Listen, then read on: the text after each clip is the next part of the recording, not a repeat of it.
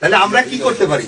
আমরা যদি এই 2000 টাকা থেকে 4 ভাগের 1 ভাগ টাকা নেতা কর্মীর জন্য রাখি 500 টাকা, তাহলে আপনারা তাহলে ওই 10 জনে তখন কি 50 টাকা করে কম পাবেন, 200 টাকা 150 করে নিবেন ঘরে। ওই 150 করে যে ঘরে নিয়ে যাবেন আর 50 টাকা করে যে দিয়ে দিলেন, তাতে কিন্তু আপনার সবাই যখন ওই পয়সাটা 2 টাকা 5 টাকা একটা চকলেট পাবে, একটা চুইং গাম পাবে, তখন কিন্তু তাদের একটা মনে কিন্তু একটা আনন্দ থাকবে যে শালার ওই 2000 টাকা তো আমার দলের জন্য 500 টাকা শালার দিছে। তাহলে কিন্তু খুশি হবে নেতা কর্মী, তখন আল্লাহও খুশি হবে। আর এই যে আপনি যে 150 টাকা ঘরে নিয়ে গেলেন, ওইটার কিন্তু একটা শান্তিও থাকবে আলাদা, তখন আর ওইটাকে অভিশাপ দিবেন। আমি কি কথাটা বুঝাতে পারছি আপনাদের?